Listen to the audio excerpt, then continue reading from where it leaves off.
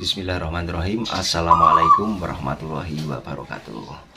Di sini saya akan menjelaskan tentang komentar-komentar di YouTube saya, tentang pertanyaan-pertanyaan di YouTube saya tentang bagaimana perawatan burung perkutut, entah itu dari perkutut lokal, perkutut crossing, perkutut lain sebagainya, bangkok dan lain sebagainya. Dan sini saya banyak yang bertanya tentang beberapa orang atau akun channel YouTube saya di pertanyaan kolom komentar saya. Dan yang baru menemukan video saya ini, jangan lupa di subscribe, like, komen, share video Bapak ini untuk berlangganan video selanjutnya. Ambil sisi positifnya, buang sisi negatifnya, jangan diambil mentah-mentah ulasan dari saya ini. Ambil ulasan-ulasan yang baik saja dan buang ulasan-ulasan yang tidak baik tentang video saya ini. Jadi begini, untuk pertanyaan-pertanyaan di YouTube atau kolom komentar YouTube saya akan saya jawab satu persatu. Jadi begini, ada pertanyaan lagi, ini dari Mas Mas Rikiwo, jadi dari akun channel Rikiwo. Permisi Mas Agung, punya saya sudah 4 bulan terapi penjinakan atau terapi burung perkutut giras, mandi jemur padahal sudah rutin, tetapi didekati selalu kelabakan terus, mohon pencerahannya. Jadi begini, untuk Mas Rikiwo, seperti ini, banyak kasus untuk menjinakkan burung perkutut, itu entah itu perkutut lokal, crossing, warna, bangkok dan lain sebagainya. Itu dalam khususnya untuk burung perkutut lokal itu untuk penjinakannya itu susah, apalagi dari perkutut bakalan, dari perkutut ombyokan, dari perkutut muda hutan dan lain sebagainya, untuk perkutut tangkapan atau jaringan dan lain sebagainya. Kecuali untuk burung perkutut yang dari lolohan itu sangat mudah, bukan sangat mudah sih, saya jelaskan lebih mudah daripada dari burung perkutut dari bakalan itu sendiri. Jadi untuk menjinakkan itu ada berbagai macam cara, berbagai macam pola, berbagai macam tentang apa istilahnya, dari penjinakan, entah itu sering dimandikan, dari penjinakan, entah itu sering dipegang, dari penjinakan, entah itu sering diterapi lapar, dan sering penjinakan, sering ditaruh di tempat di keramaian, untuk tempat di lalu lalang keluarga kita lewat, atau dari gantangan yang ditempatkan di gantangan yang rendah, terutama di 1,5 meter maupun 2 meter yang sering buat lalu lalang keluarga. Jadi sering-sering didekatkan dengan manusia maupun kendaraan-kendaraan yang di sekeliling, supaya apa, dia terbiasa dengan lalu lalang kendaraan maupun terbiasa dengan lalu lalang orang yang lewat. Jadi untuk penjinakan, dan ini permisi Mas, punya saya sudah 4 bulan terapi penjinakan. Jadi untuk burung perkutut itu tidak cuma, kadang ada dari faktor mental sendiri, dari istilahnya dari dasar faktor mental itu sendiri. Jadi ada yang dasarnya penjinakan, faktor mentalnya dari alamnya itu sudah bagus, jadi cukup penjinakan. Kadang ada yang 2 bulan, ada yang 3 bulan, ada yang 4 bulan, bahkan ya ini ya, ada yang sampai 1 tahun, 2 tahun, 3 tahun, 4 tahun, 5 tahun itu tidak jinak-jinak. Jadi memang dasarnya karakter burung perkutut itu sendiri susah jinak. Jadi ada yang gampang jinak, ada yang sedang-sedang mudah jinak, ada yang susah jinak juga. Jadi tergantung karakter burung perkutut itu sendiri. Jadi kadang, dan saya memilih burung perkutut yang diombyokan, biasanya dia anteng, bila kita ngombyok ya, ini tip ini dulu kan, saya juga sering dari awal suka perkutut, juga suka ngombyok sampai berpuluh-puluh burung perkutut. Bahkan saya di rumah itu banyak sekali ombyokan. Jadi dulu memilih ombyokan yang prospek, lalu saya sortir, terus saya pilih yang bagus-bagus, dan yang jelek-jelek itu saya kasihkan temen. Kadang ada yang saya lepas, kadang ada yang diminta teman, seperti itu. Jadi untuk memilihnya itu pilih yang burung perkutut yang istilahnya pola gesit itu, dengan postur-postur sesuaikan sendiri dengan pilihan kita sendiri, dan itu biasanya yang dia menghadap ke kita atau ke kita pas milih ombyokan itu menghadap ke kita, dan dia itu polanya itu dikira-kira dia mudah jinak apa tidak, istilahnya kalau kita rawat mudah jinak apa tidak. Kalau dia didekati kita sudah gelabakan liar-liar itu nggak usah dipilih karena dia sulit untuk jinak. Jadi yang dia nangkringnya itu menghadap kita begini, dan dia itu istilahnya semeleh, dia itu kira-kira kalau dirawat kita itu tidak kelamaan untuk fase penjinakannya, seperti itu. Itu tip untuk para pengombyok maupun untuk para pemula. Bahkan untuk saya pribadi juga masih sering ngombyok, istilahnya masih sering memilih-milih. Tetapi suatu saat itu untuk sering-sering ngombyok itu kadang mendapatkan jackpot juga. Kadang ada mendapatkan jackpot yang katurangan, kadang ada mendapatkan jackpot yang suara bagus, entah itu suara kristal, entah itu suara besar dan lain sebagainya. Jadi pulung, istilahnya pulung atau bejo, istilahnya bejo di pas waktu kita ngombyok itu. Ini begitu Mas Rikiwo. Jadi untuk perawatan berapa lama untuk penjinakan itu tergantung mental burung perkutut itu sendiri. Jadi ada mental bawaan, entah itu mental yang dari alamnya udah mudah jinak, ada mental yang kita buat. Mental yang kita buat itu untuk penjinakannya itu bisa kita buat sering mandi, sering diajak jalan-jalan, sering dipegang, sering diajak komunikasi, sering ditempatkan di kandang yang tempat rendah dan lain sebagainya. Jadi ada mental bawaan, ada mental yang kita bikin kita sendiri, atau mental yang sering istilahnya tentang mental yang kita sering pegang, sering itu. Jadi untuk mental perawatan, jadi seperti itu. Kalau tidak perawatannya tidak maksimal, tidak sesuai, otomatis burung perkutut itu susah jinak maupun lama, untuk penjinakannya lama. Jadi untuk kita sendiri yang bisa menentukan berapa istilahnya, berapa fase penjinakan, berapa lama untuk penjinakan burung perkutut itu sendiri, seperti itu. Itu untuk Mas Rikiwo. Dan untuk Mas yang lainnya ini ada pertanyaan juga, ada Mas Agung Nugroho atau Mas Agung di channel YouTube saya ini bertanya kepada saya, dan Mas Agung ngasihnya kencur berapa hari sekali. Nah ini kalau menurut pengalaman saya pribadi, untuk mengasih kencur itu biasanya saya 1 minggu sekali, dan itu biasanya saya potong kecil-kecil sebesar biji kacang hijau maupun sebesar beras. Itu biasanya saya kasih 3 butir kecil maupun 3 irisan kecil sampai 5 irisan kecil.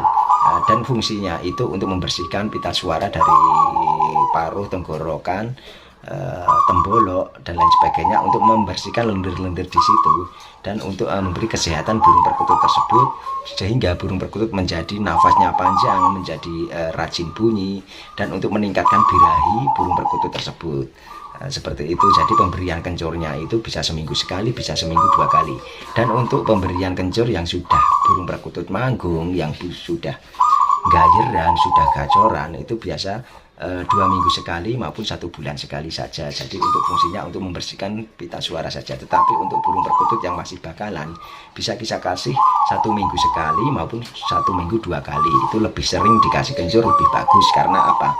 Fungsi kencur itu herbal, tidak mengandung efek-efek samping maupun kandungan-kandungan bahan kimia yang mengandung di burung perkutut itu burung perkutut tersebut, entah itu perkutut lokal, crossing, warna, maupun burung perkutut Bangkok dan lain sebagainya.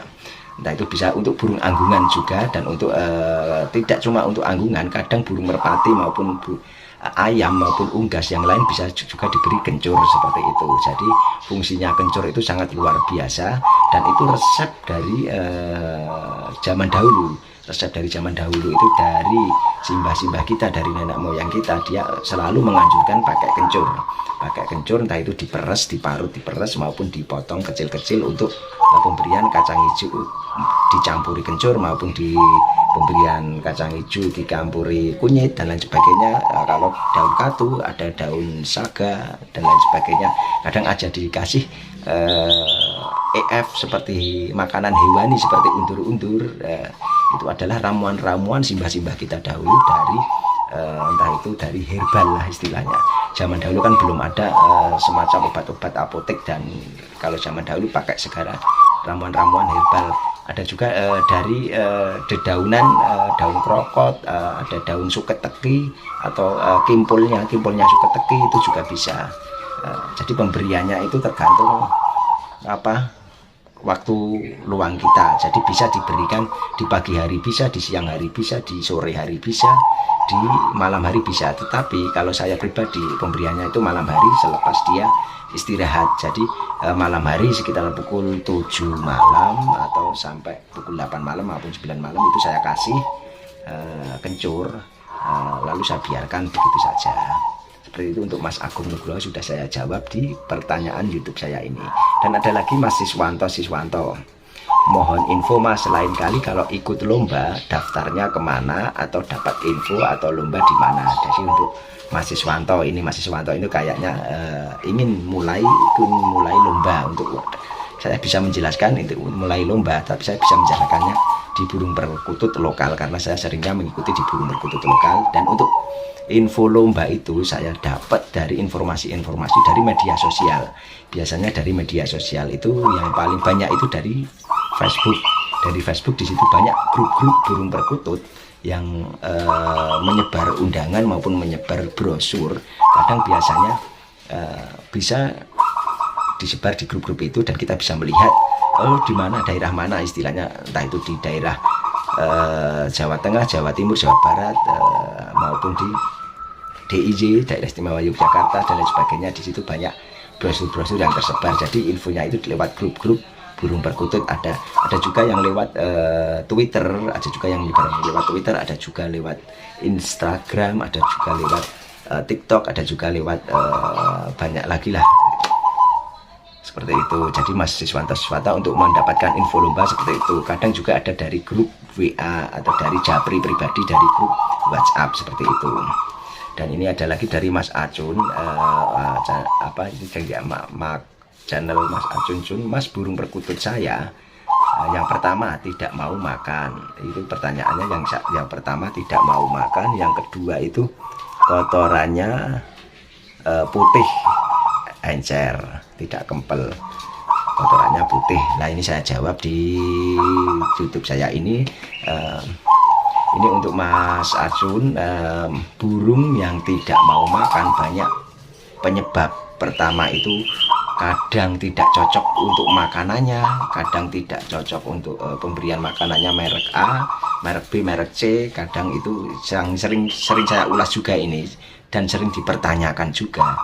Jadi untuk makanannya itu kita sesuaikan. Semisal kita kasih makanannya itu merek A, merek B, merek C, dan dia sering memakan makanannya itu kita selingkan 3 macam kan ini. 3 macam ini kan seumpama dia seringnya makan merek A, ya kita kasihnya merek A. Kalau kita sering ngasihnya dia makan sama merek B, ya kita sering ngasih merek B. Kalau atau merek C, kita sering makan merek C. Jadi pertama kita untuk menyesuaikan makanannya itu dikasih 3 pilihan jenis makanan, mana dia yang paling suka, otomatis dia itu yang mau kita kasih seperti itu. Dan ada lagi tidak mau makan karena apa? Pertama, penyebab kedua adalah karena burung perkutut itu sakit, burung perkutut itu kurang sehat seperti itu. Dan karena burung perkutut itu kurang sehat, sakit, jadi tidak mau makan. Solusinya adalah kita seringlah memberi yaitu tadi makanan herbal seperti kencur, kunyit. Selain itu bisa diimbangi dengan minyak ikan, bisa diimbangi dengan berbagai macam multivitamin, entah itu B kompleks dan lain sebagainya, untuk menambah nafsu makan dan lain sebagainya.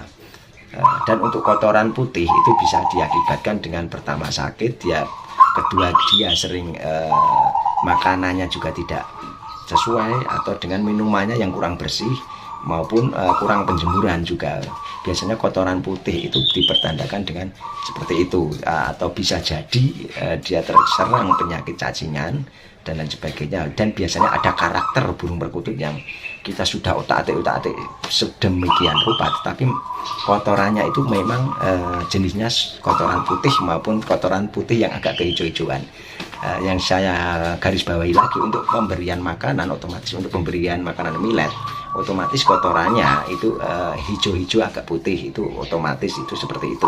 Untuk pemberian beras merah, otomatis kotorannya itu agak-agak coklat, agak-agak kemerahan itu. Dan untuk makanan yang pemberiannya ketan hitam, otomatis kotorannya atau teleknya itu warnanya hitam agak keungu-unguan itu. Jadi sudah saya amati tentang kotoran itu tersebut. Jadi untuk burung perkutut yang sehat, burung perkutut yang tidak sakit, otomatis kita bisa menandainya dengan apa istilahnya insting atau logika.